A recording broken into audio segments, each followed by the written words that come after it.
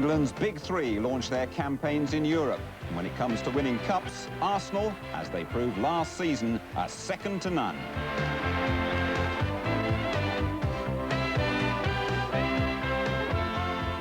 Aston Villa's UEFA Cup trail begins in Bratislava, while 100 miles down the Danube in Budapest, Manchester United are back in the European Cup.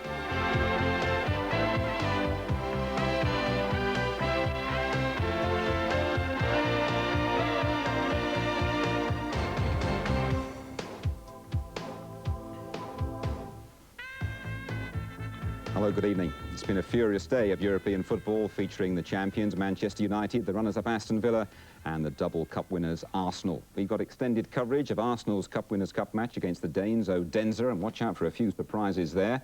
We're going to follow Aston Villa to Slovakia and Manchester United to Budapest. And of course, throughout the season, watch United, the Villa and Arsenal only here on ITV. Well, I'm delighted to welcome Ray Wilkins and Glenn Hoddle to analyse the key moments from the three matches. And Ray, first of all, belated happy returns for yesterday. Thank you very much. How many is it now, or you stopped counting? 37 now, Jim, 37. 37 and still going very strong. We look forward to hearing from you both later. Well, later on, we've got our competition. You can win a car. But first, let's concentrate on Arsenal. Well, this is why the Arsenal chairman, Peter Hill-Wood, says George Graham is the best Gunners manager of all time. And yes, that includes Herbert Chapman back in the 30s. 5 trophies in the last 5 years, and now the aim is to be recognised as one of Europe's great clubs. Arsenal, though, without Adams, he's the victim of a caution picked up against Benfica a couple of years ago. So Martin Keown is at centre-back, Eddie McGoldrick at right-back, and Kevin Campbell, who I saw get a great hat-trick on Saturday. He's part of a packed 5-man midfield, just Ian Wright up front. As for Odense, well, they're rated the most improved team in Denmark over the last year, a young side full of running. They're known locally as OB. Well, they've had a lot of rain in the last week. Your match commentator, it's John Helm. And welcome to the birthplace of Hans Christian Andersen, where Arsenal no doubt hoping for a fairy tale victory over a team they will take lightly at their peril. In George Graham's words, the Danish cup holders are young, fit and very purposeful. It really has been a beastly day here. Torrential rain all morning put the fixture in jeopardy, but a firm of contractors was brought in to pump away the surface water and clean the sewers underneath the pitch. And the Turkish referee finally gave the go-ahead just 2 hours before kick-off. And Arsenal's number 2, Eddie McGoldrick, has conceded the first free kick of this game. In fact, number 2 is Ian Selly, not McGoldrick. Jensen couldn't win it, but McGoldrick might. Now he loses out as well to Chami, the Cameroon international. And this is Chami now. Excitement when he's on the ball. The crowd here are rather taken to their Cameroon international player. No free kick awarded there, much to the relief of Arsenal's travelling fans, about 500 of them here.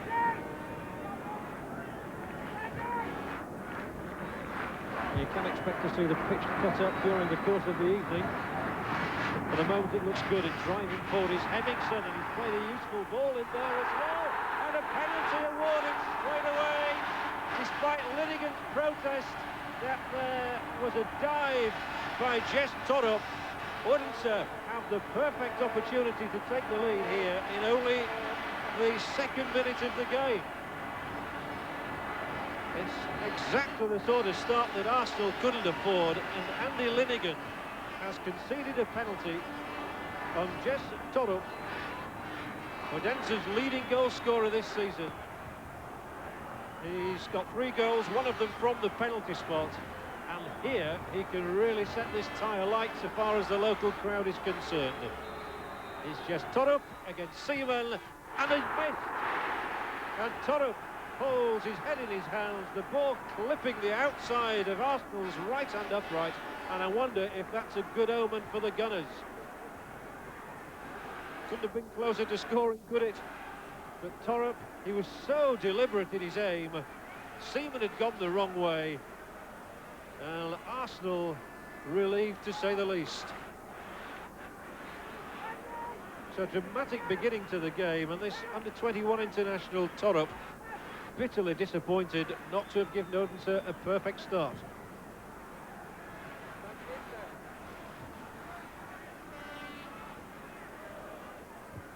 But already signs there. Oh, that's given away. They might still get a goal early on here. And Seaman beaten. The ball into the side netting.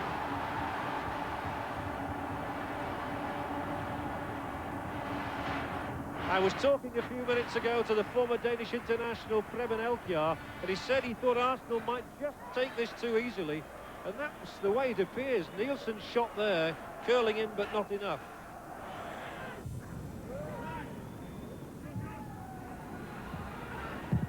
Played in field, and McGoldrick climbing high, and the free kick is the verdict of the Turkish referee. And already taken, but he's going to pull them back for that. Needs to have a bit of respite because we've two players lying down there. One of them is Chummy, the Cameroon international. There we see the tumble, which incurred the free kick against Arsenal. But McGoldrick had gone in over the back of the player. So a free kick will be the decision, and it's about 40 yards out. Looks as though it's going to be a short one.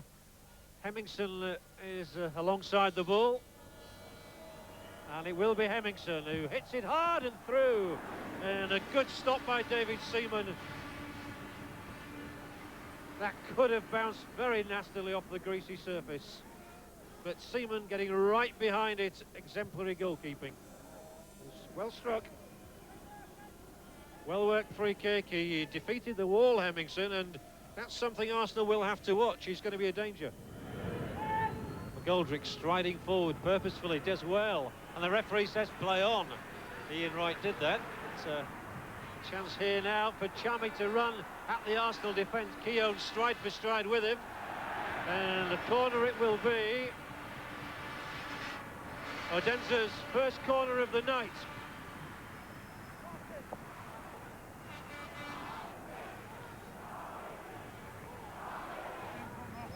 And the player who comes over to take the corner is Skorup.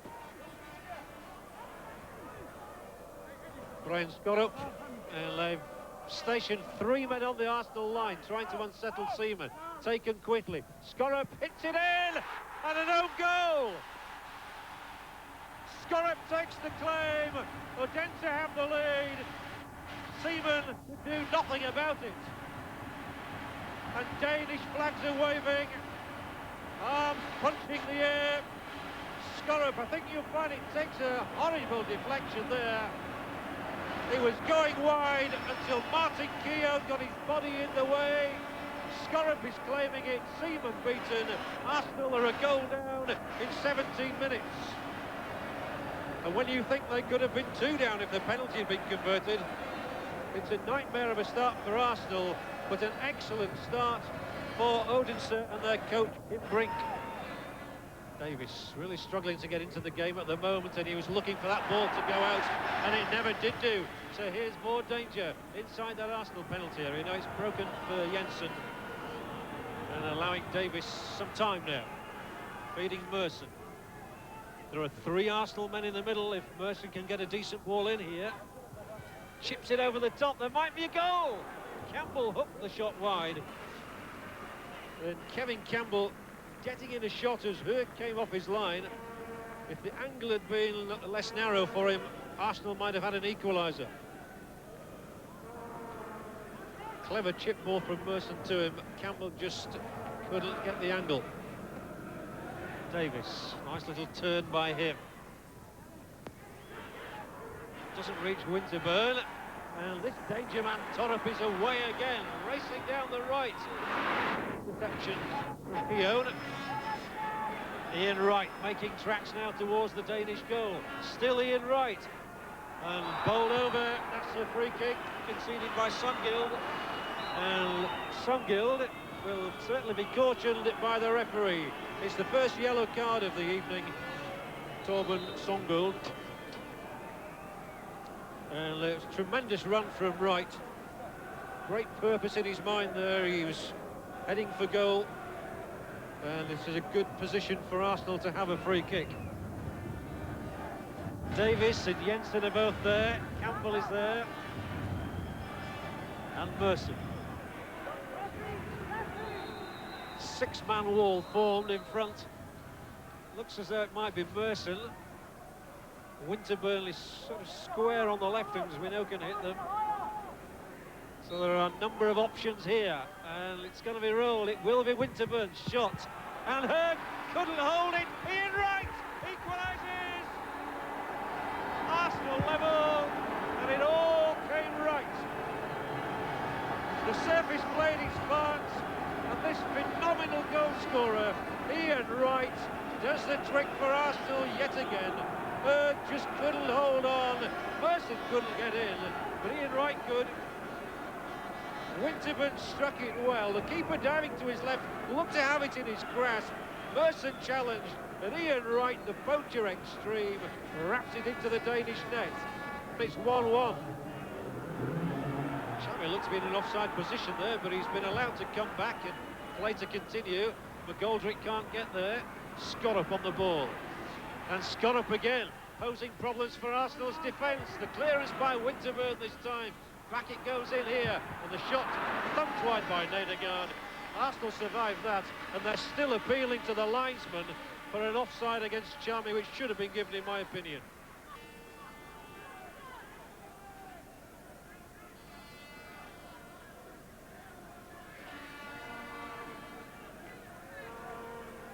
Odense 1, Arsenal 1 now. A much healthier ring about the scoreline. And it looks as though it's going to be all square at the break. The Turkish referee, in fact, does raise his hand, blows on the whistle, and an entertaining half here in Odense comes to a close with the scores at 1-1.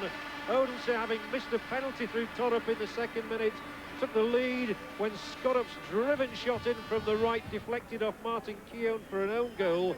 That's after 17 minutes. And then Ian Wright, who else, popped up with an equaliser when Hurd, the goalkeeper, couldn't hold Winterburn's free kick.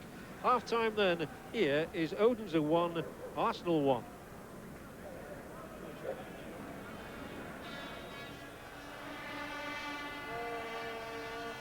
It's still a tremendous atmosphere in this little stadium. That stand on the far side, by the way, has only been built in the last 2 weeks, especially to house so many fans who wanted to come and see this game. Arsenal, one of the most famous clubs as far as the Scandinavians are concerned. They've been watching live football from our country for years over here.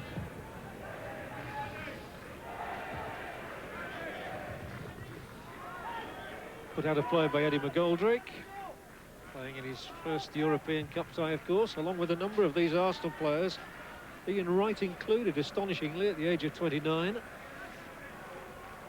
That looked like a foul throw again, but the referee this time doesn't award it, and that will be a free kick.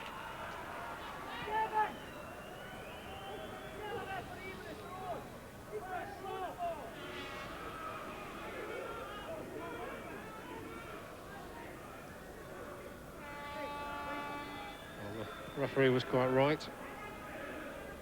He's had a good game, actually, the Turkish official. The standard of refereeing around Europe seems to have improved considerably. Well, Jensen missed it. Davis nearly missed it too, but does well to recover. Arsenal stroking the ball around much more confidently now. I'm sure that's what George Graham wanted to see.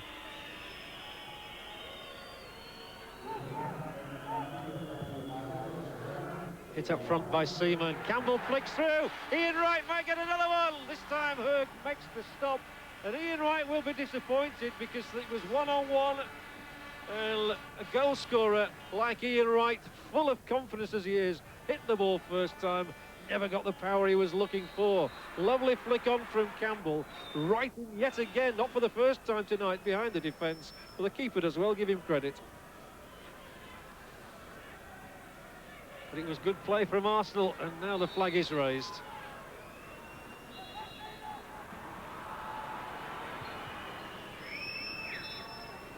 I said in the first half that there were signs of Odense becoming a little creaky in defence, and that incident highlighted the fact again.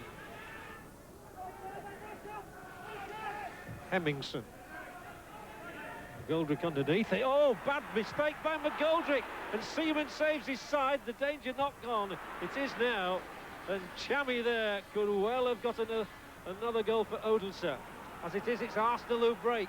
Merson. Can he do something at the other end? Still Paul Merson, the great shot! And it whizzes a foot wide. At the one end, Chami was denied after McGoldrick had sloppily given the ball away by a wonderful Seaman save. And here, Paul Merson is so close to giving Arsenal the lead.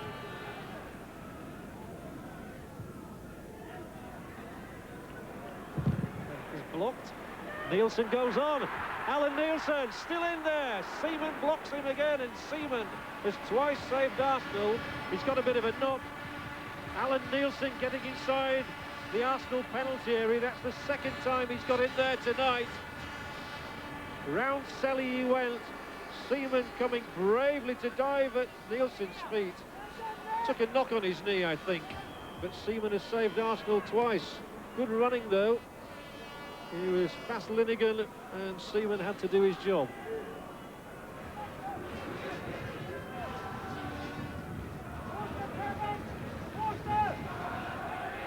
Arsenal's throw.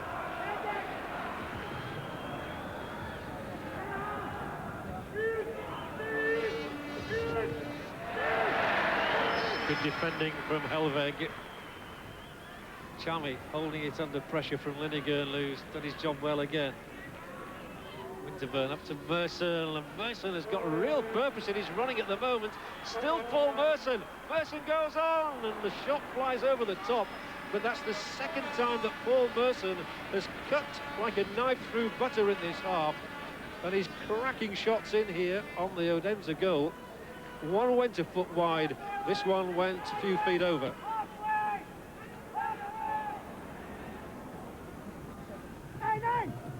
Nice back heel from Brian Steed Nielsen. Then Torup. Well, here's Nielsen inside that Arsenal penalty area. Breaks for Torup, who's skillful on the ball, and two men hound him out of it.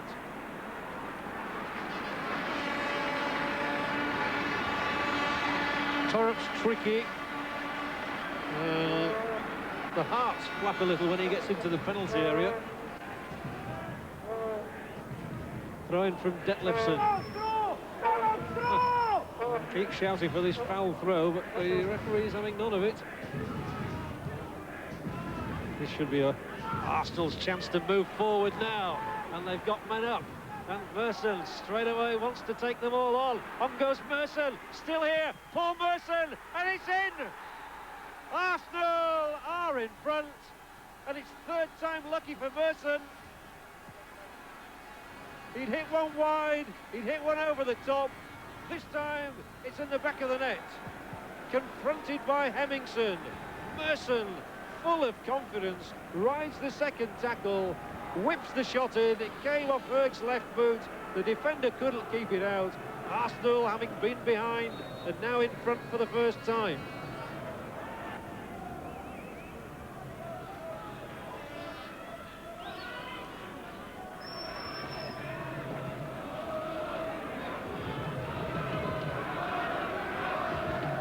So good so far must be the verdict now for Arsenal. 2-1 in front.